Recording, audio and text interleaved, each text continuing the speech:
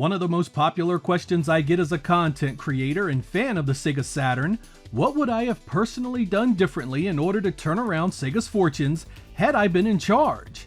While on the surface this may seem like an easy question to answer, I think it's a lot more complicated than most people realize. The Saturn failed for a number of reasons, and simply doing the opposite of what Sega did wasn't necessarily the best strategy, nor was it going to lead to instant success. Sony had mounted a multi-pronged offensive in its defeat of Sega during the 32-bit era, and overcoming that would have been one heck of an undertaking, even playing the Monday morning quarterback routine like we're about to do here. After giving it some thought, I have put together several areas I think Sega would have had to have done very differently in order for the Saturn to have sold better worldwide, particularly in North America and Europe. So in this episode, we are going to load up the time machine and try and save the Sega Saturn.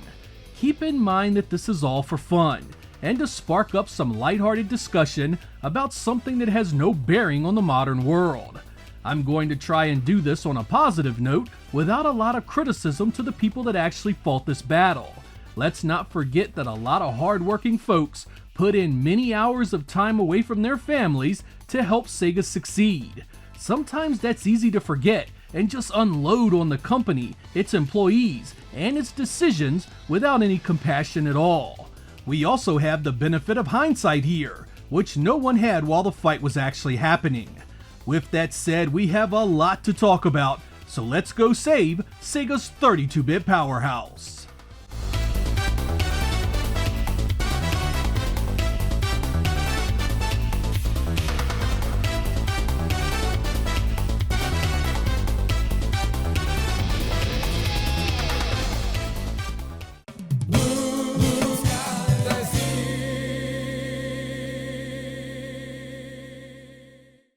Our first order of business is to assert one 32-bit strategy company-wide.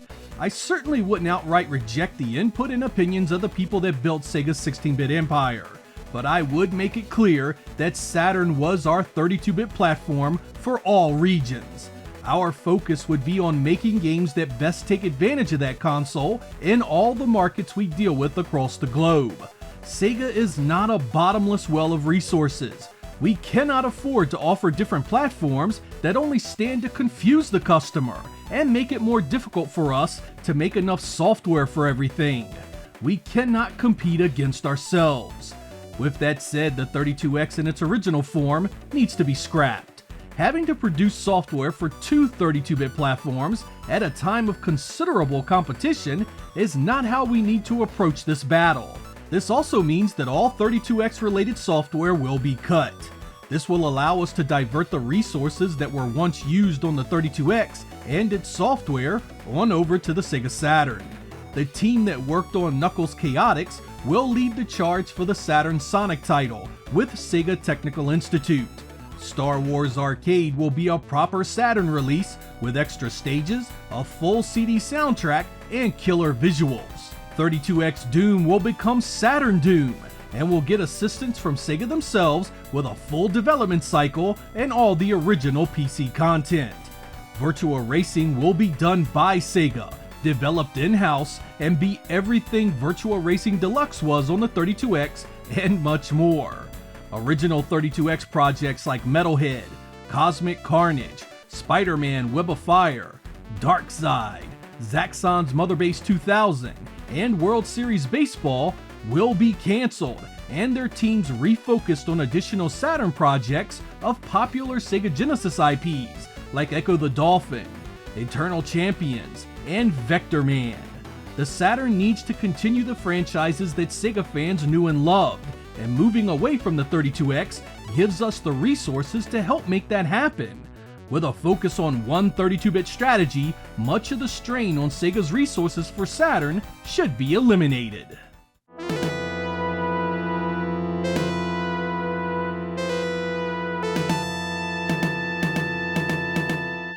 Before we go to work on the Saturn itself, something needs to be done about our 16-bit Genesis and Sega CD strategies. The last thing we need is for die-hard Sega fans feeling forgotten or ripped off after purchasing a $300 device from us. While we cannot abandon those markets, we also cannot afford to put a ton of resources into them. The Sega CD isn't going to be a huge moneymaker for us at this point, no matter what we do. There needs to be a middle ground that addresses the platform without straining us financially or taking away personnel from other projects. Instead, we will support it throughout 1994 and 95 with a new series of releases called the Sega Gold series. These will be a collection of top-tier Sega Genesis ports like Sonic 3, Streets of Rage 3, Beyond Oasis, Jurassic Park, Shining Force 2, Phantasy Star 4, Ristar, Crusader of Sinti, X-Men 2, Vector Man, and our entire sports lineup from Joe Montana Football to Greatest Heavyweights. These releases will be priced aggressively at $29.99 and include the ability to save to the RAM cartridge. I would also make the SVP chip a major part of our Genesis and Sega CD strategies in 1994 and 95. I'd commission a standalone pass-through cartridge that contains the SVP chip for around $50 and market it as a 3D accelerator. Aside from all future Genesis releases having access to the device, many of the Sega CD releases could support the SVP as well.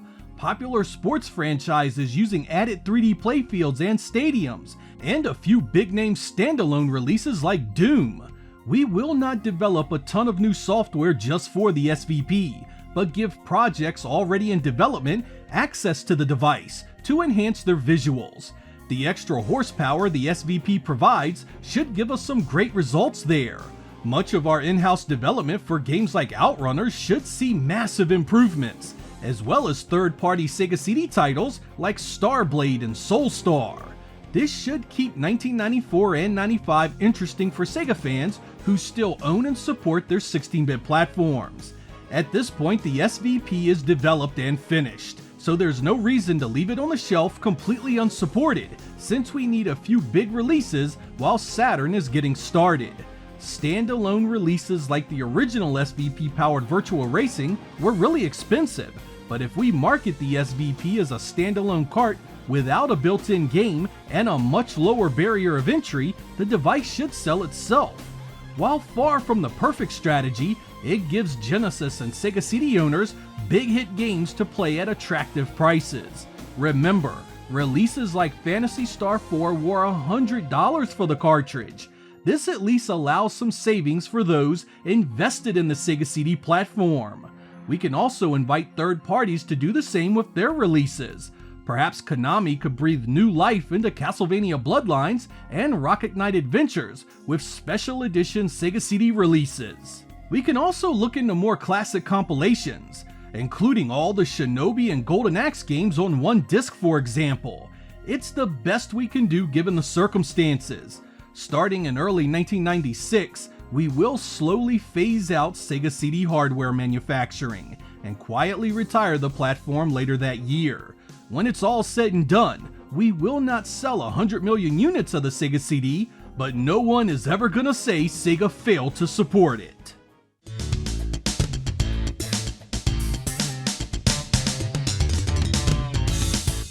Our next step is to re-examine the Saturn's hardware and its original launch dates.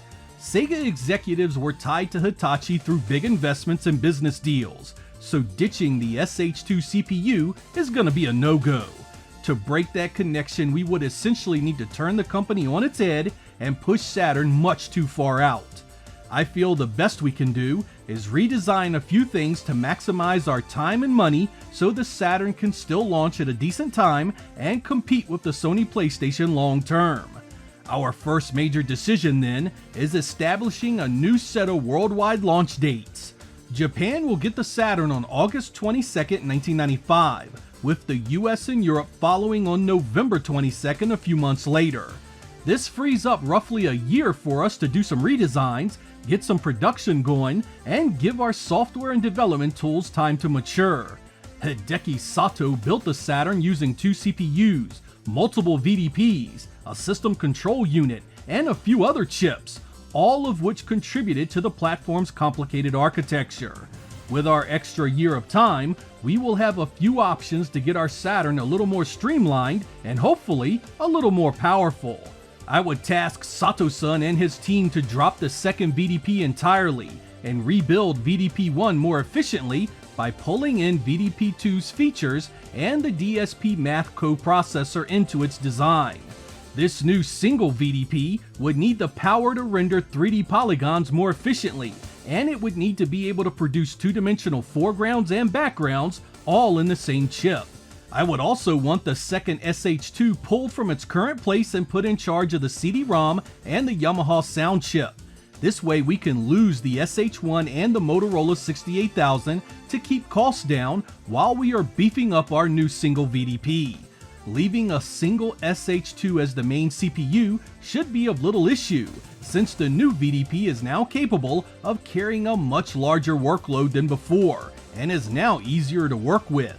A single CPU and a single VDP should also make things a little less stressful for the developers outside of Sega.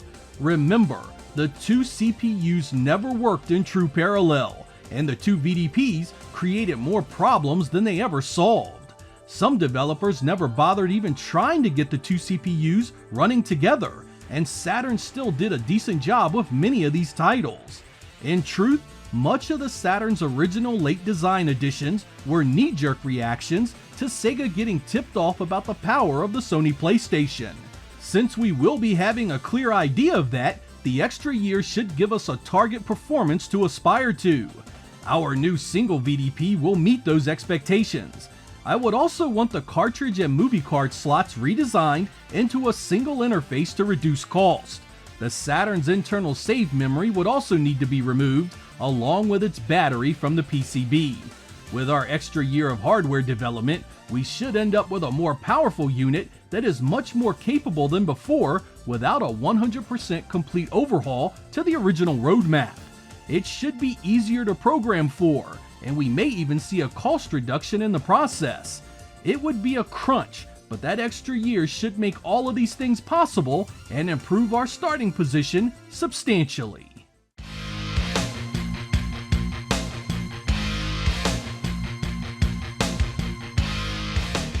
Now that our hardware has seen a facelift and our development environment has become more friendly, we need to look at the software we will need at launch and beyond to deal with Sony and Nintendo.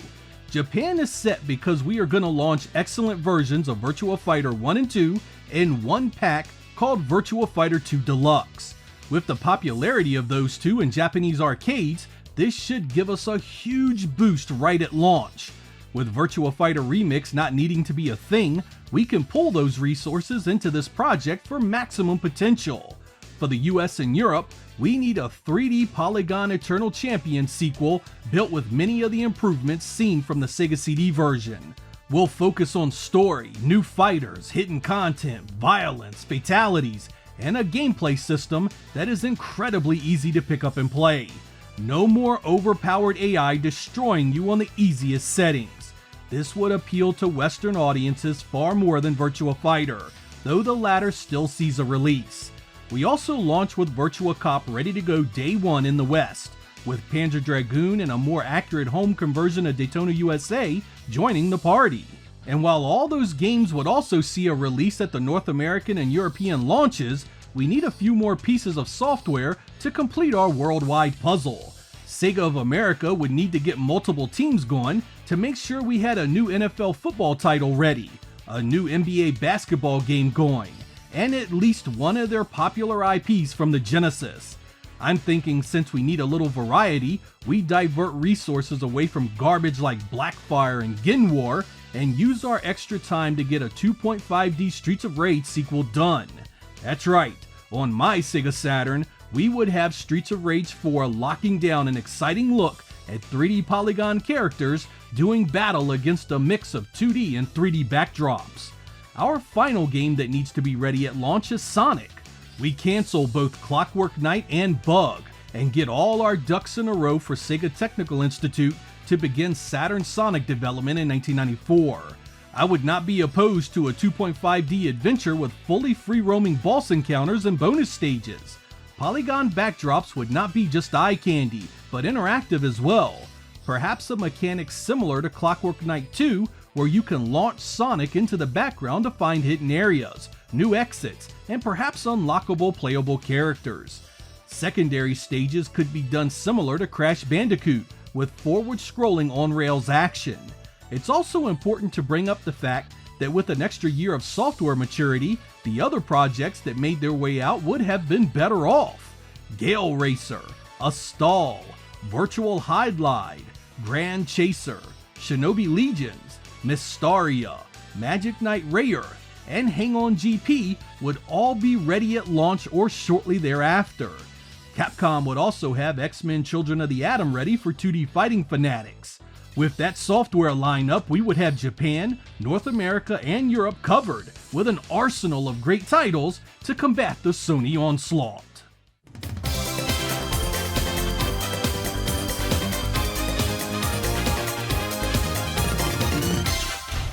With our launch date after the PlayStation in both Japan and North America, Sony has shown us its entire hand, including its price.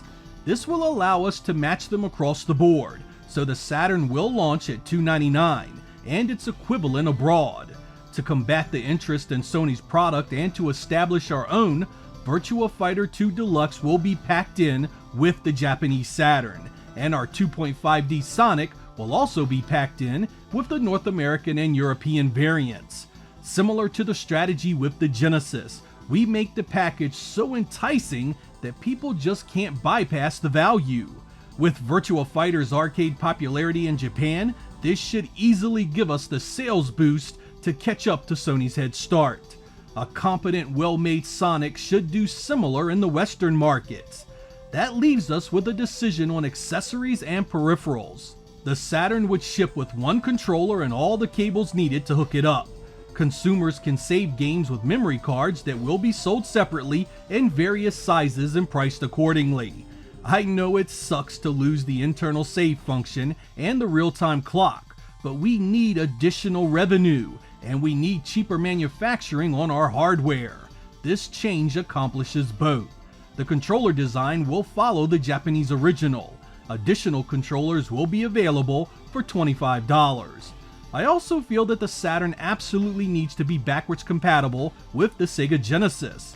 We are going to accomplish this through the cartridge slot on the Saturn using a special adapter. Within this adapter, we will use the 315-5960 ASIC chip that was used for the late model Mega Drive 2 consoles. The 315-5960 ASIC was essentially a single chip that combined nearly all the hardware needed to run Genesis games. That means we can make our adapter small and very affordable. It also means we are using tech that has already been established, so R&D should be easily manageable.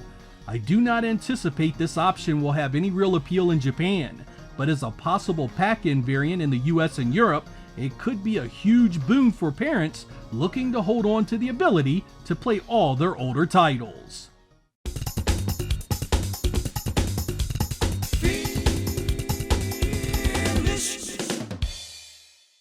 So there we go. If old Sega Lord X was in charge at Sega and had the final word, this would be the way I would have handled the Saturn. Hopefully this would have allowed Sega to sell a few more units, secure a few more third parties and their hit software, and allowed the Saturn a longer and more prosperous life. I want to be clear that I do not think these revisions could have defeated Sony. Even with all my changes here, the best we could have hoped for was for Sega to survive Sony in a healthier state. With Nintendo having its own issues with the Nintendo 64, a Saturn that competed well for second place could have made all the difference in the world. The Saturn did not need to sell 100 million units to be a success. A well-managed campaign of 20 or 30 million units sold could have set up a healthier business to enjoy a long-term success model. I'd also like to point out that I would not have tolerated infighting and personalities who thought they were more important than the survival of the company. If you did not believe in the work done at Sega and want to see it succeed, I would have shown you the door and wished you well. The nonsense that went on with Yuji Naka and Sega of America during the development of Sonic X-treme never would have happened under my watch. No one person is bigger or more important than the company. Employees would check their ego at the door, or that door would hit them in the ass on the way out. On a final note, I think it's also important to acknowledge that even if we had changed the fortunes of the Saturn here, Sega still had an uphill battle coming the following generation. The introduction of Microsoft and their Xbox was always going to be one heck of a hurdle for a company like Sega. More options on the market means the potential for competition that affects your bottom line. Even a healthier Sega faced an uncertain future, and just because the Saturn succeeded didn't mean that the Dreamcast was guaranteed the same. I will say this, the speculation can be extremely fun to talk about. The woulda, coulda, shouldas of the world can pass many hours of friendly ideas and discussions. Feel free to tell me down in the comments what you would have done differently with the Saturn, and whether you think any of my ideas would have worked. I'm Sega Lord X. Thank you guys for watching, and I will catch you next time.